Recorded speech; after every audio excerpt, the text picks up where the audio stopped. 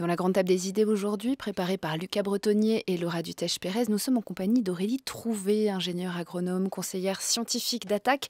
Elle est aussi l'auteure de Bloc en arc-en-ciel pour une stratégie politique radicale et inclusive aux éditions La Découverte. Nous allons évoquer avec elle les enjeux de la COP26 qui se tient à Glasgow jusqu'au 12 novembre, présidée par Alok Sharma et qui vise à limiter le réchauffement climatique à plus 1,5 degré. Le but de cette COP, donner sa pleine effectivité à l'accord de Paris qui prévoit que les États soumettent de nouveaux plans tous les 5 ans jusqu'à atteindre la neutralité carbone au maximum en 2050. Au 31 juillet, date butoir fixée par l'ONU, seulement 113 parties avaient soumis de nouvelles NDC sur les 191 à avoir ratifié l'accord de Paris. Donc Aurélie Trouvé, bonjour. Bonjour. Peut-être commençons par là. Cette inégalité d'engagement entre les pays et un petit bilan avant sur ces enjeux de la COP26. D'abord, l'enjeu, c'est celui que souligne le rapport du GIEC, le nouveau rapport du GIEC de cet été, c'est-à-dire que le réchauffement climatique s'accélère, s'intensifie à un rythme sans précédent et que, on est parti en fait pour une trajectoire qui est presque apocalyptique, puisqu'on est parti, si on s'en tient aux engagements pris pour l'instant par les 191 parties prenantes, donc pays, on est parti pour un réchauffement à quasiment plus 3 degrés Celsius. Avec les conséquences qui vont avec, c'est-à-dire les inondations, Voilà. les tempêtes, les canicules et les incendies qui sont présentes sur tous ces continents. Exactement, on l'a vu cet été, mais c'est par exemple à terme plusieurs centaines de millions de personnes qui seront menacées par la hausse du niveau des eaux ou encore plusieurs milliards de personnes qui seront supplémentaires, qui seront touchées par des très fortes sécheresses.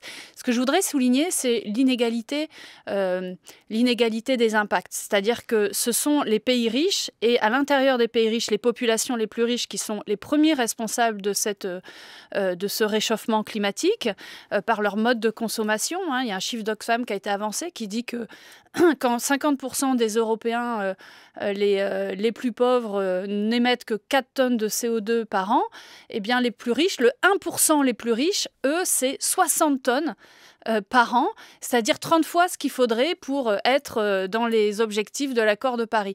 Donc il va falloir effectivement qu'il y ait un profond changement de consommation, mais ça passe d'abord par des contraintes, par une écologie contraignante pour les plus riches, et je dirais aussi pour les multinationales aussi, donc ça veut dire un profond changement. Et ce qui est injuste, c'est que par contre les premières victimes, ce sont les plus pauvres, notamment au Sud, par exemple. Les pays du Sud, les pays en développement. Voilà, par exemple, tous les paysans qui aujourd'hui subissent les sécheresses, les inondations, etc.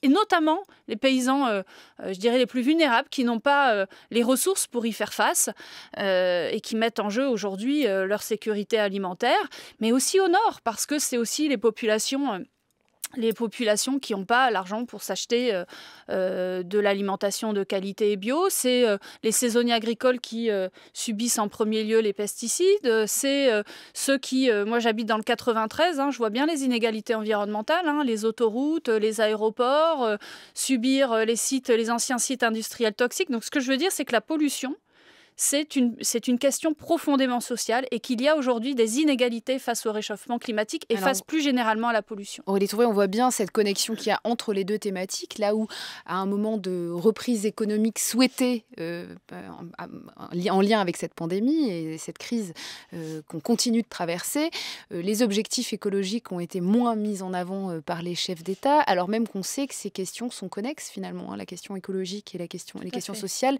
doivent être traitées simultanément pour qu'elles puissent obtenir des résultats. Oui, tout à fait. Votre dada, vous parlez d'un bloc arc-en-ciel. Oui. Alors peut-être quelques mots sur ce bloc que vous décrivez dans votre ouvrage.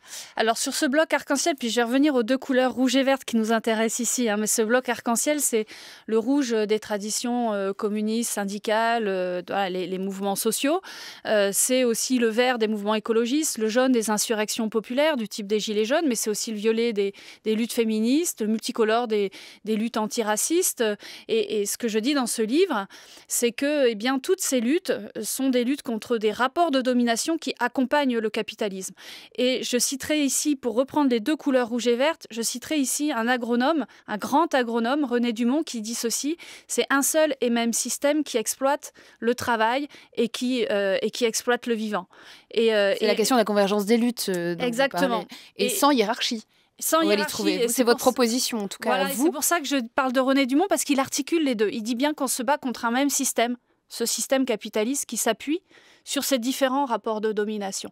Et en particulier, la recherche éperdue du profit se fait à la fois en exploitant le travail humain et en exploitant le vivant. Et donc, il faut absolument que les luttes écologistes et sociales se rallient, luttent ensemble et des valeurs communes et un projet commun. Alors ça, c'est votre point de vue. Vous êtes aussi l'ex-porte-parole d'Attac, donc c'est aussi de là dont vous parlez. Pour revenir à la COP26 et ce lien entre les luttes pour l'écologie, le point de mire, c'est comment faire respecter l'accord de Paris. Alors là, on a parlé des différences entre les États. Peut-être, Aurélie Trouvé, revenir là-dessus. Comment faire respecter l'accord de Paris ? Alors déjà, ce qu'on peut remarquer, constater, c'est justement le manque de respect. D'abord de l'ensemble des parties prenantes. Voilà, je l'ai dit, on n'est pas du tout au niveau qu'il faudrait d'engagement. Mais par exemple aussi, ça fait des dizaines d'années en tout cas au moins 20 ans que ces pays nous disent qu'il faut diminuer l'extraction des énergies fossiles. Or, les subventions aux énergies fossiles sont au contraire en augmentation. Et puis ensuite, la responsabilité de chacun de nos États, et en particulier de la France, qui se gosse d'être un pays qui en veut, exemplaire, etc. Et je peux vous dire que c'est absolument pas le cas. La France vient d'être condamnée pour inaction climatique, parce qu'elle ne respecte pas ses engagements. Elle n'est pas du tout sur la ligne qu'il faudrait pour respecter ses engagements d'accord de Paris. Mais c'est aussi un pays, par exemple, qui multiplie les accords de libre-échange avec le Canada, enfin en tout cas avec l'Union européenne, qui multiplie les accords de libre-échange climaticides, comme avec le Canada, demain peut-être avec le Mercosur, qui vont être des sources de déforestation, de prélèvements encore plus importants d'énergie fossile, etc. Donc c'est en ça qu'on appelle des accords de libre-échange climaticides. Puis il ne faut pas oublier aussi que même la loi climat, c'est une loi climat votée en France au rabais, qui ne permet même pas d'atteindre les moins 40% d'émissions de gaz à effet de serre d'ici 2030, alors que l'Union européenne est déjà sur un objectif de moins 55%. Alors on va écouter en écho à ce que vous venez de dire Emmanuel Macron qui est intervenu hier, c'était aux alentours de 16h dans son discours officiel. La clé pour les 15 prochains jours ici, dans notre COP, est que les plus gros émetteurs dont les stratégies nationales ne sont pas conformes à notre objectif des 1,5 degrés, c'est que ces plus gros émetteurs rehaussent leur ambition dans les 15 jours qui viennent. C'est le seul moyen de recrédibiliser notre stratégie et d'avoir des stratégies d'ici à 2030 qui permettent de rendre crédibles les 1,5 degrés Celsius. C'est une transition énergétique, c'est une transition du modèle économique. Cette transition doit être juste et accompagnée socialement. Et cette transition est celle qui permettra aussi de créer de nouvelles opportunités, de nouvelles créations d'emplois à travers justement des innovations profondes, la construction de nouveaux secteurs et de nouvelles opportunités. Aurélie Trouvé, on entend à la fois cette question de recrédibiliser, on sait pourquoi cette question est mise en avant, et de transition juste. On revoit cette opposition sociale qui apparaît, qui a été aussi en filigrane tout au long des discussions autour des luttes des Gilets jaunes aussi, avant la pandémie. Aurélie Trouvé, comment est-ce qu'on peut mettre en perspective justement cette idée-là du président Macron? Alors déjà, voilà, ce que je disais, c'est que il a raison d'appeler les plus gros émetteurs de gaz à effet de serre à hausser leurs ambitions, mais il serait d'autant plus crédible pour le faire que lui-même, c'est-à-dire que la France respecterait elle-même ses propres engagements, ce qui n'est pas le cas puisqu'on vient de le voir, la France a été condamnée pour ça. Et ensuite, sur la question de la transition juste, effectivement, je vais reprendre votre idée des Gilets jaunes. Pourquoi les Gilets jaunes pourquoi ce mouvement a éclaté sur la question de la taxe sur les carburants, de la hausse de la taxe sur les carburants? Précisément parce que je pense que c'était une mesure écologique injuste, dans le sens où on s'en prenait en fait avant tout aux revenus des plus précaires, puisqu'on sait que la part allouée à l'essence et à l'énergie dans le revenu est d'autant plus important qu'on est pauvre. Et en fait, il est aussi lié aux régions qu'elle touche ou plus besoin. Tout à fait, et plus à toucher en particulier ceux qui sont dans les zones rurales, d'où aussi le caractère la concentration dans certaines zones. Oui. Exactement. Et en fait, ce qu'il aurait aurait fallu, c'est une politique beaucoup plus ambitieuse et de long terme, qui ne passe pas par la hausse de la taxe sur les carburants, mais bien plutôt, par leur donner des alternatives, et notamment remettre des lignes, par exemple, des lignes ferroviaires secondaires, tertiaires, remettre donc du transport en commun beaucoup plus accessible. En Île-de-France, quand je vois l'état des transports en commun, je veux dire, c'est juste déplorable.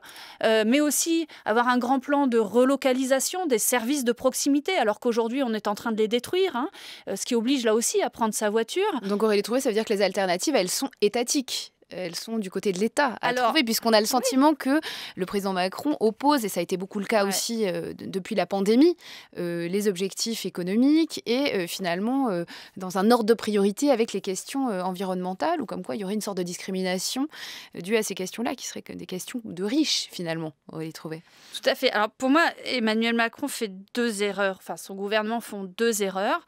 Première erreur, c'est de penser qu'on peut en passer par des solutions de marché et la technologie pour nous absoudre de la diminution de la consommation énergétique et du développement des énergies renouvelables. En réalité, il n'y a pas de solution de marché qui nous en absout. Voilà.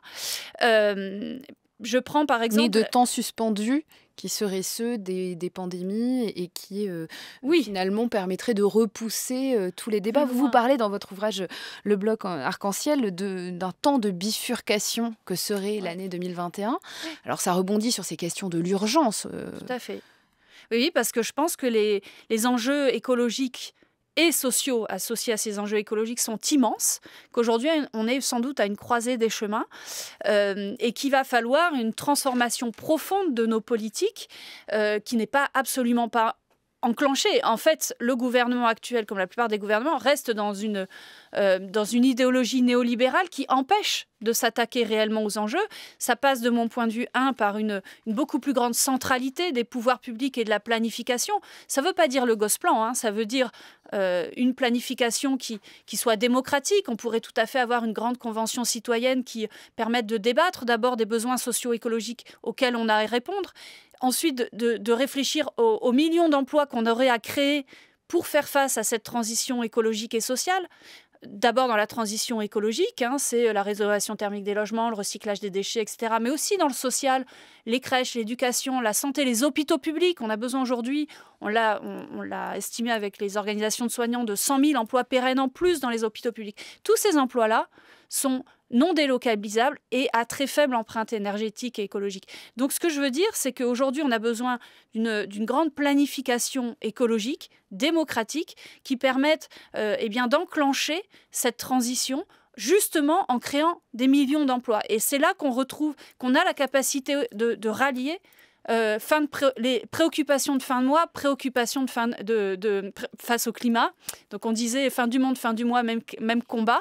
Et bien finalement, à travers la question de l'emploi et de ces millions d'emplois qu'on peut créer, eh bien on peut retrouver aussi la question de la lutte contre le désastre écologique, et les deux vont ensemble. Alors, ça pose la question aussi des acteurs qui se trouvent autour de la table, spécialistes, politiques, du niveau d'information aussi que l'on a, et des générations. Je vous propose d'écouter Greta Thunberg. C'était le sommet des jeunes pour le climat à Milan, la pré-COP26 en quelque sorte. C'était le 28 septembre dernier.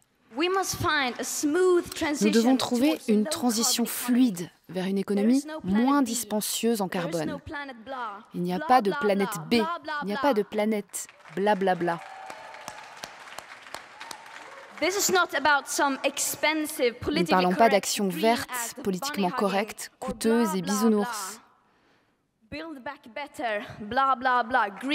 Économie verte, zéro émission d'ici 2050, blablabla. 2050, blah blah blah.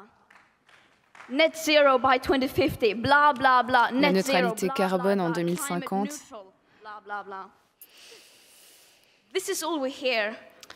Voilà tout ce que nous pouvons entendre de la bouche de nos soi-disant dirigeants. Des mots séduisants mais qui n'ont conduit à rien. Nos espoirs et nos rêves sont engloutis par leurs promesses vides.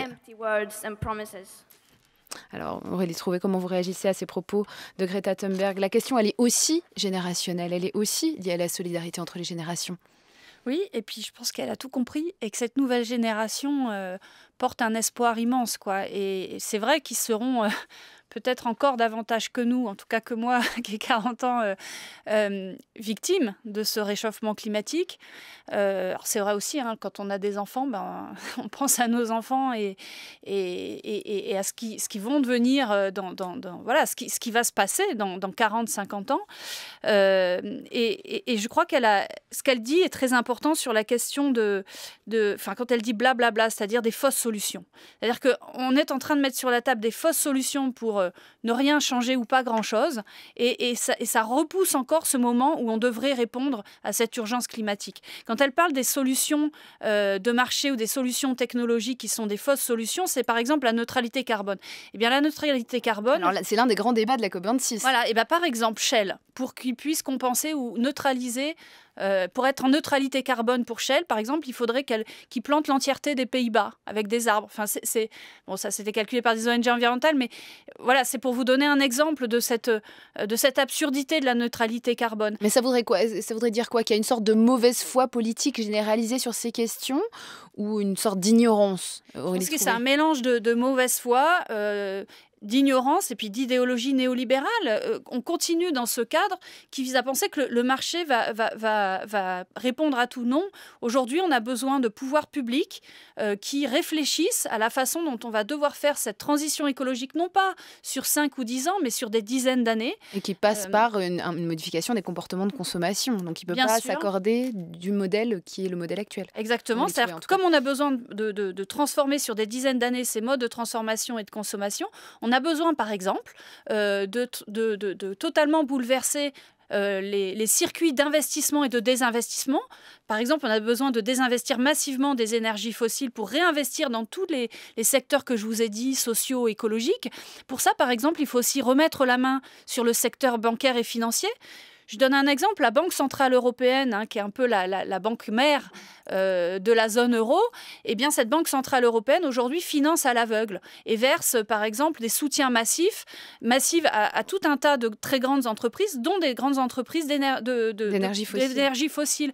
Donc, vous voyez que ça ne va pas. Il faut remettre la main sur ce secteur bancaire et notamment construire, par exemple, c'est ce que j'explique dans le bouquin, un pôle public financier conséquent en France, qui drainerait par exemple toute l'épargne populaire et qui permettent justement de réaliser des choix d'investissement, des investissements sur plusieurs années, sur plusieurs dizaines d'années, en fonction de choix qu'on aura réalisés pour répondre aux besoins sociaux et écologiques. Alors un dernier débat avant d'en arriver aux solutions. On a parlé des 3 grandes questions qui sont évoquées dans cette COP26, la neutralité carbone, les énergies fossiles. Il y en a un troisième, c'est le plan méthane qui est à l'étude, puisqu'il y a une augmentation énorme de 150% depuis la période pré-industrielle des fuites d'oléoducs, etc., des activités agricoles. Alors, quid de la question du méthane, Aurélie Trouvé ?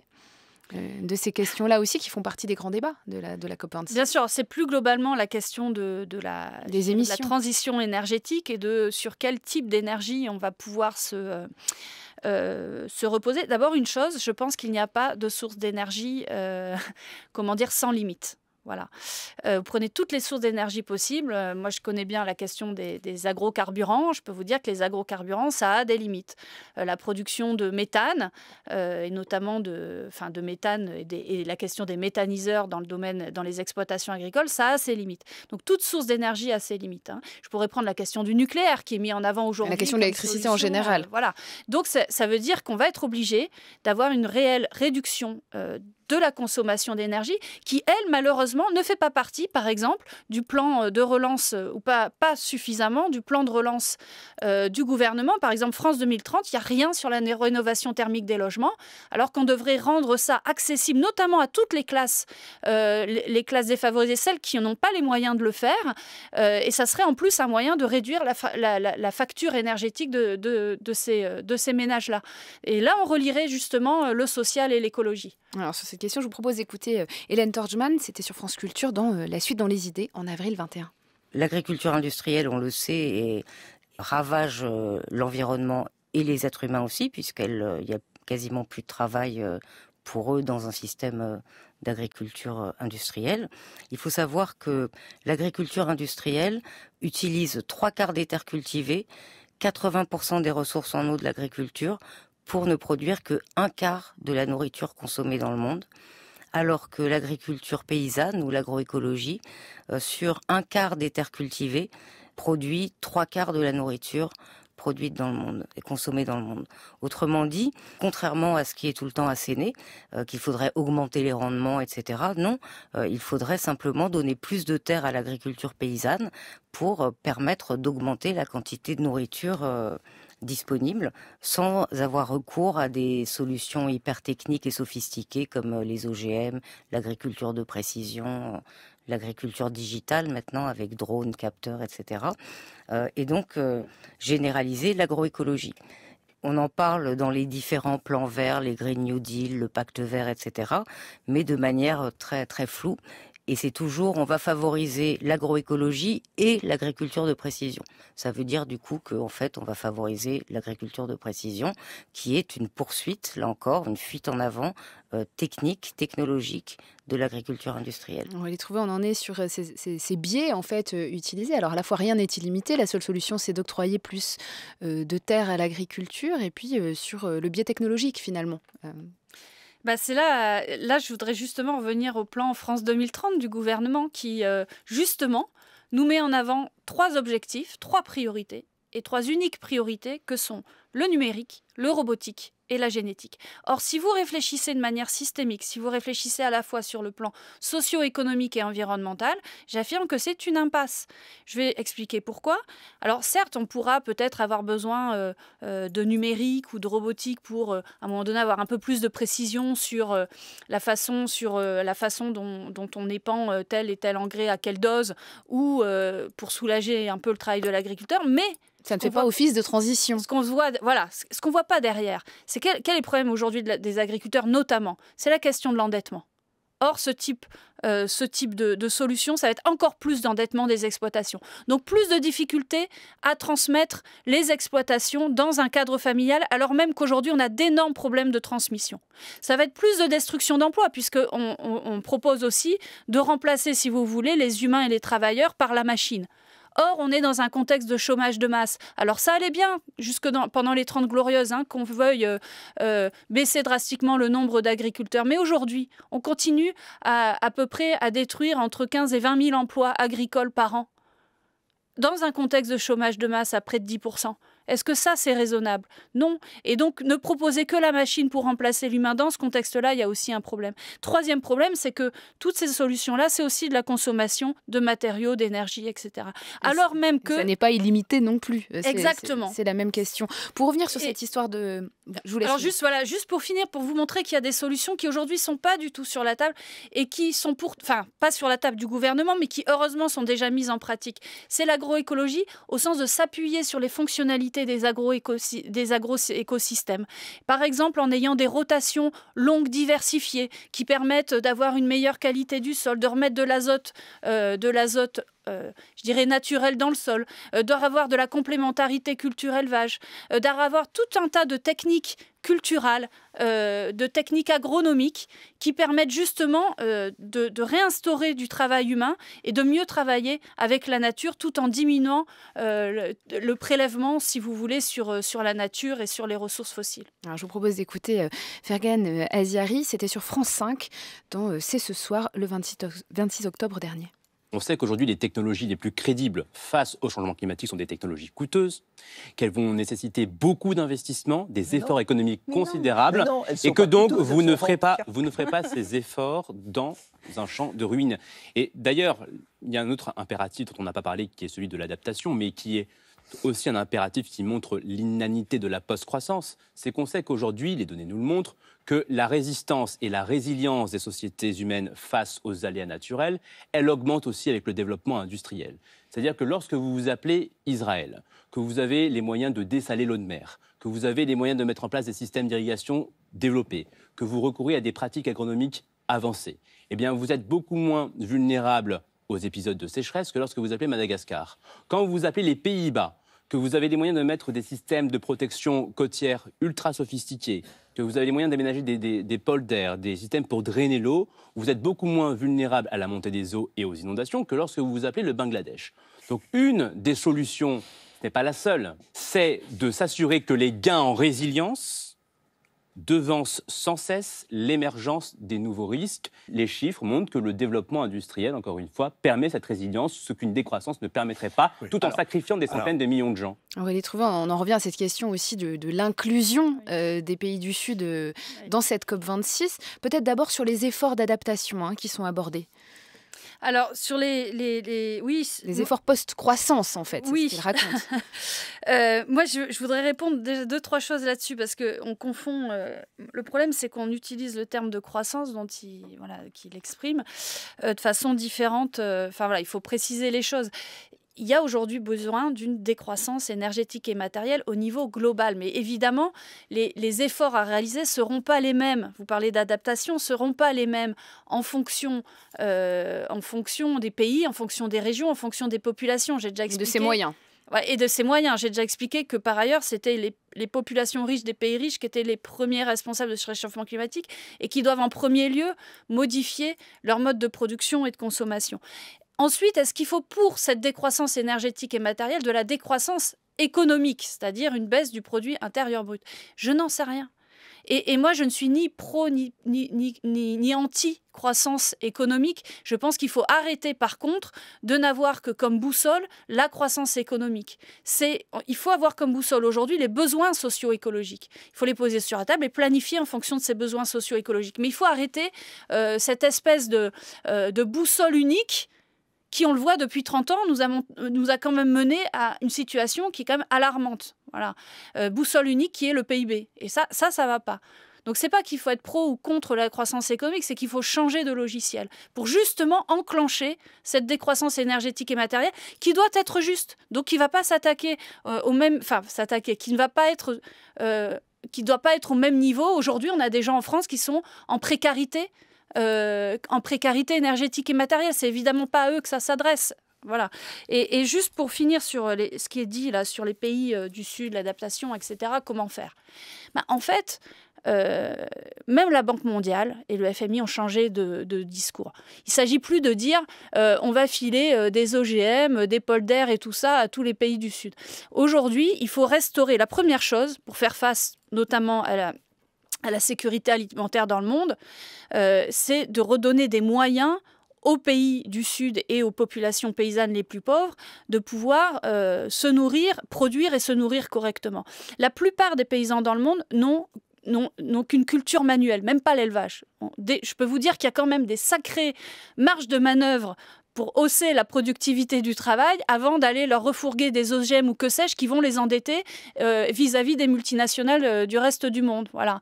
Donc je pense que... Et là, il y a plein d'agronomes qui travaillent dans les pays du Sud qui montrent que ça passe justement par des techniques d'agroécologie, mais aussi par leur redonner des moyens de transport, de stockage, etc. Donc il y a une tonne de solutions aujourd'hui qui sont effectivement des solutions qui ne sont pas celles des méga technologies qu'on a déjà au Nord. Aurélie Trouvé, pour revenir sur cette question des différents États et des différents acteurs de cette COP26, peut-être un mini message d'espoir, on ne sait pas, le retour à la table des négociations de certains États, notamment les États-Unis, et face à eux, il y a aussi la question d'une diplomatie verte ou écologique à avoir avec d'autres pays qui sont aussi des grands pollueurs. On a beaucoup parlé de la Chine, de l'Inde. La Chine qui a reporté de 10 ans sa neutralité carbone, qui parle de 2060. Alors, que penser de ça, justement, de cette diplomatie à avoir entre États et en même temps de cette nécessité de s'accorder sur un respect des accords de Paris? Alors d'abord, je dirais que c'est pour ça que moi je suis profondément altermondialiste. C'est-à-dire que je pense que peut-être la question la plus essentielle aujourd'hui, qui est celle de lutter contre les réchauffements climatiques, elle ne peut se faire qu'à un niveau international. Je voudrais juste une chose d'ailleurs là-dessus, c'est pas que la question du réchauffement climatique, quand on parle de crise écologique, il y a aussi la COP15, la biodiversité. Voilà. Exactement, il y a une crise de biodiversité, on parle de crise de sixième crise d'extinction des espèces, mais aussi d'une pollution massive des milieux naturels, les eaux, les sols, les airs. Et je considère que cette question qui est essentielle aujourd'hui pour le survie de l'humanité, c'est-à-dire pour avoir une planète vivable dans 50-100 ans pour la plupart de la population, cette question qui est essentielle là ne serait qu'à une échelle internationale. C'est ce qui fait que moi je suis à la fois avec mes amis intermondialistes, extrêmement critiques de la mondialisation telle qu'elle existe, mais en même temps en disant nous ne réglerons pas les choses, chaque pays, l'un avec l'autre. Donc alors là, on voit bien que les deux choses sont intriquées, puisqu'il y a d'un côté CNDC, ces plans que doivent rendre les États tous les 5 ans pour aller vers une neutralité carbone en 2050, et de l'autre côté, il y a ce qui se passe au niveau étatique et au niveau international. Alors comment faire avec cette diplomatie nécessaire entre les États ? Et on voit bien qu'elle est aussi en échec. L'absence du Brésil, l'absence de la Russie, du président Poutine, en est un des exemples à la COP26. Alors je pense d'abord qu'il faut renforcer nettement les Nations Unies, faire en sorte aussi que l'ensemble des questions commerciales qui sont aujourd'hui traitées ailleurs, dans les accords de libre-échange bilatéraux et dans le cadre de l'Organisation mondiale du commerce, intègrent pleinement tous les objectifs des Nations Unies et toutes les négociations sur le climat et sur l'écologie. Il faudrait faire en sorte qu'on ait l'ensemble. Parce que le problème qui se pose aussi aujourd'hui, c'est que d'un côté, on a ces grandes COP, et puis de l'autre, on a la multiplication d'accords de libre-échange climaticides, on a des accords commerciaux qui ne respectent absolument pas ce qui se passe et qui est déjà un petit premier pas dans les COP et dans le cadre des Nations Unies. Donc il faut revoir profondément le cadre international de négociation pour relier ces questions climatiques et écologiques aux questions commerciales. Et si la France était exemplaire en la matière, ce qu'elle n'est pas aujourd'hui, si elle était exemplaire en la matière, c'est ce qu'elle devrait porter avec l'Union européenne. Et moi, j'ai l'espoir d'une Union européenne et d'une France qui porte ça beaucoup plus clairement au niveau international et qui effectue. Donc voilà, c'est avant tout, soyons crédibles et exemplaires pour pouvoir faire ça. Merci Aurélie Trouvé d'avoir été parmi nous aujourd'hui. Je rappelle le nom de votre ouvrage, Le Bloc Arc-en-Ciel pour une stratégie politique radicale et inclusive, et c'est publié aux éditions La Découverte. L'émission d'aujourd'hui a été préparée par Iseut Sicard, à la réalisation Thomas Beau et à la technique Nasser Moussaoui. Je rappelle que cette émission est disponible en réécouté en podcast sur le site franceculture.fr et sur l'application de Radio France. France Culture, l'esprit d'ouverture.